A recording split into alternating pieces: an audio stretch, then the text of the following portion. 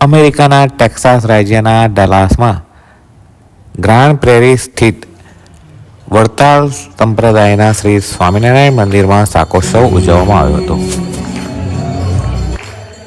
હિન્દુ ધર્મની ધજા અને આસ્થા ભારતની સીમા ઓળંગીને દુનિયાના અનેક દેશોમાં પ્રભુત્વ જમાવી રહી છે. ભારતીયો દુનિયાના અનેક દેશોમાં વસવાટ કરી રહ્યા છે અને જ્યાં જ્યાં ભારતીયો ત્યાં ત્યાં મંદિર અસ્તિત્વ થઈ રહ્યા છે. તે સાથે જે તે દેશોના સ્થાનિકોને પણ હિન્દુત્વ તરફ આકર્ષી રહ્યા છે. વડતાલ સંપ્રદાયના શ્રી સ્વામિનારાયણ મંદિરનું એક મંદિર અમેરિકાના ડલાસમાં ગ્રાન્ડ પ્રેરી મુકામે આવેલું છે. ટેક્સાસ રાજ્યના આ મંદિરમાં અમેરિકામાં રહેતા અસંખ્ય હિન્દુ ભક્તો નિયમિત દર્શનાર્થે આવતા હોય છે. આજરોજ મંદિરમાં શાકોત્સવ ઉજવવામાં આવ્યો હતો. શ્રી સ્વામિનારાયણ ભગવાન ભક્તો માટે રસોઈ બનાવતા હોય અને સાથે સંતોની હાજરી હોય તેવી દર્શાવતી ઝાંખી ભક્તોના મનને મોહી રહી હતી.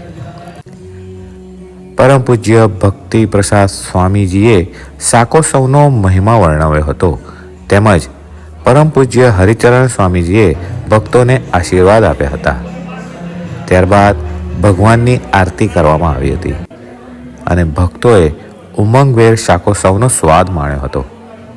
આ પ્રસંગને સફળ બનાવવા ભાવિક ભક્તો સાથે મંદિરના કારોબારી કમિટીના એક્ઝિક્યુટિવ પ્રમુખ દક્ષેશભાઈ પટેલ, વાઇસ પ્રેસિડેન્ટ પ્રકાશભાઈ પટેલ, મંદિરના ટ્રસ્ટીઓ શ્રી ડૉક્ટર રાજેશભાઈ પટેલ, ઘનશ્યામભાઈ પટેલ તેમજ શશિકાંતભાઈ પટેલે ખૂબ જ જહેમત ઉઠાવી હતી. Report PN news.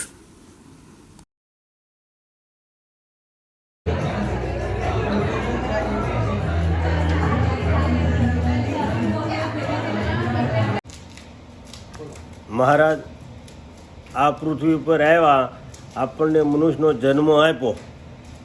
આપણે સૌરાષ્ટ્રમાં રહેવાવાળા માણસો, આપણી કોઈ કરતાં કોઈ ખબર પૂછે નહીં.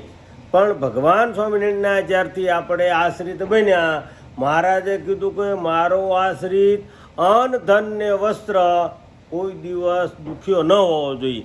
અને આપણું તો દુઃખ ખુદ આ જ દિનની અંદર કેટલા 2400 અવતાર થઈ ગયા, પણ ભગવાન એવા કોઈએ અવતાર એવો ધાર્યો નથી કે પોતાના આશ્રિતનું દુઃખ પોતે ગ્રહણ કરે. આ એક જ સ્વામિનારાયણ સંપ્રદાય એવો છે. ભગવાન સ્વામિનારાયણ એક છે કે એણે પોતાના આશ્રિતનું દુઃખ પોતાની માથે લીધું. આવું જ્યારે ભગવાને દુઃખ માથે લઈને આપણને સુખી કર્યા અને અહીંયા સુધી અમેરિકા જેવા દેશમાં આની અંદર આવીને જો આપણે આવા ડલાસ મંદિરની અંદર એમાંય આજનો શાક ઉત્સવ અને આજના શાક ઉત્સવમાં હારો પાછો ગોપાળન સ્વામીનો જન્મદિવસ છે. હવે ગોપાળન સ્વામી પાછા ઉમરેઠમાં રહેલા, ઉમરેઠમાં અને ટોડલા ગામ બેમાંથી કોઈ ફરક નથી.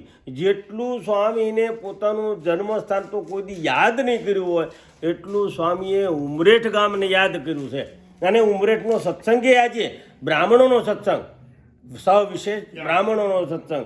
ઉમરેઠ એટલે ઉમરેઠ એમાંય અમારે રઘુવીર સ્વામી, ઓલા બીજા એક સ્વામી નામ છે, કથા કરે છે, શ્રીરંગ સ્વામી, ગુણસાગર સ્વામી, હા હરિગુણ સ્વામી, પૂજારી અને બીજા એક સ્વામી, બધા કોળી ભક્તોના ગુરુ હતા, ભગત હતા ત્યારે, પણ એ સ્વામીનું નામ તો યાદ નથી. એ પણ બહુ સારા એવા સંત હતા. પછી દીક્ષા લીધી. ભગવાન હવનું સારું કરે એવી ઈચ્છા. જય સ્વામિનારાયણ.